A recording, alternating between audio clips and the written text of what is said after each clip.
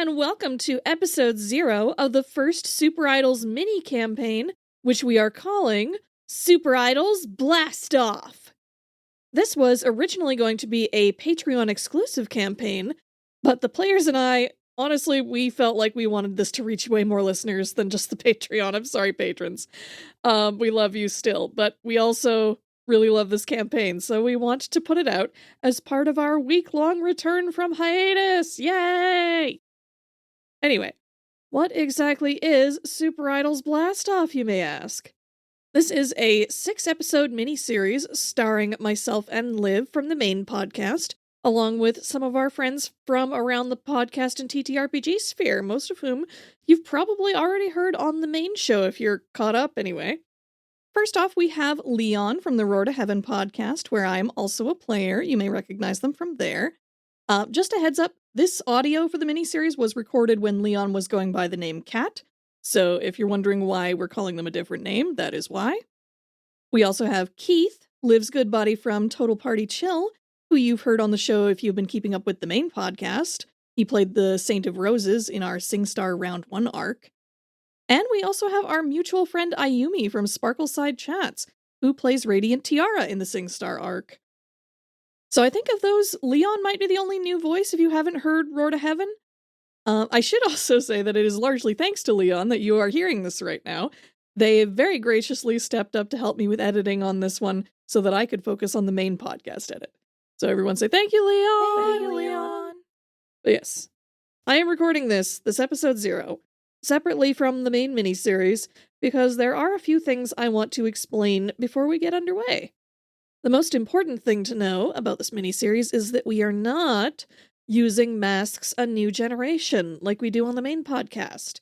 We are actually playtesting a system of my own design, which you may have heard me talk about before, called SuperIdols RPG A New Stage. It is a Powered by the Apocalypse system, based heavily on Masks, but it also has some major elements from other systems in the PBTA family, like Thirsty Sword Lesbians, Monster Hearts, Eidolon Become Your Best Self, and of course, the original Apocalypse world, can't forget that. The system is still in early to mid development stages, so a lot of the elements aren't finalized yet, and they especially weren't when this was recorded.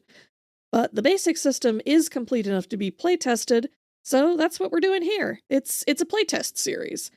This playtest was run using the alpha version 0.1, with a few tweaks that we made along the way as we played.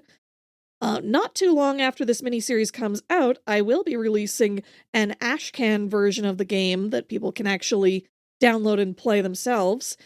So when that comes out, there will be some fairly significant differences in the rules compared to what you'll hear in Blast Off. And for that reason, I wanted to use this episode 0 to explain the rules as we used them in these recordings. First off, New Stage runs on some very standard PBTA rules in a lot of respects. So, rolling with 2d6, 10 plus is a full success, 7 to 9 is a partial success, 6 minus is a miss. It's all very familiar. And lots of other familiar stuff specifically from Masks as well, like rather than using HP or another system of physical damage, this system uses conditions and gives penalties to various stats when your character suffers a big emotional or physical blow. The main stats in New Stage are called attributes, and like in Masks, there are 5 of them. They are Harmony, Diva, Technique, Charm, and Magic. Harmony covers musical and supportive moves. Diva covers aggressive and daring moves. Technique covers skillful and clever moves. Charm covers social and appealing moves. And Magic covers, well, magical and flashy moves. Also, like in Masks, you can shift your attributes 1 up and 1 down under various circumstances. One of those circumstances being when you transform. At character creation, every player chooses 2 attributes that they shift when they transform, and those same attributes shift back the opposite way when they detransform. As on the regular podcast, characters don't have access to their powers when they're in their civilian form. They need to transform into their magical idol form to get access to those powers. Like most PBTA games, there is also a set of basic moves that all players have access to. I won't go through them all here since we will just explain the ones that we use when we use them. But a lot of the basic masks moves and some moves from other PBTA systems have their equivalents here. We have moves for being aggressive, supportive, analytical, persuasive, perceptive, magical, and of course, musical. And we also have equivalents of the masks moves for rejecting influence and taking a powerful blow. There is a new catch-all move called Freestyle that can be used to handle any risky actions that don't really fit neatly into any other moves, because I felt like that kind of catch-all move was something that Masks was missing. And we also have a few special moves that are meant to be used by multiple people. This includes our version of Enter Battle Against a Dangerous Foe, which we call Count In. There's also a version of our custom practice move from the podcast, Idle Activities. And there is a big new teamwork move called Ensemble Performance, which, well, you'll see how that works when we get to it. Also, like in other PBTA games, our character classes are called playbooks, and there are 10 of them in the current core game. The 4 that we are using in this mini-series are as follows. First is the Inspired, who is the Honoka or Chika type if you're familiar with Love Live. Basically, they're someone who is, well, inspired by someone else to become an idol. They're very enthusiastic, they're very talented, but they're maybe not that experienced yet. In game terms, they are a harmony-focused class whose main function is to be, like, the idol anime protagonist who powers the team to victory with the power of friendship and heart. Then we have the Sweetheart, who is basically the Team Cinnamon roll. They are a very soft, very squishy, very empathetic type of person. They are, well, they're sweet, they're friendship-oriented, and they have a lot of moves that center around supporting their teammates. However, they also can be quite shy and socially awkward, so they may need to rely on their teammates to support them as well at times. Next is the Prodigy, who is this game's equivalent of the Doomed in Masks. Similar to how Dana set up Violence Violet on the podcast, the Prodigy is someone who is incredibly skilled but dealing with a ton of pressure, either from themselves or from someone else.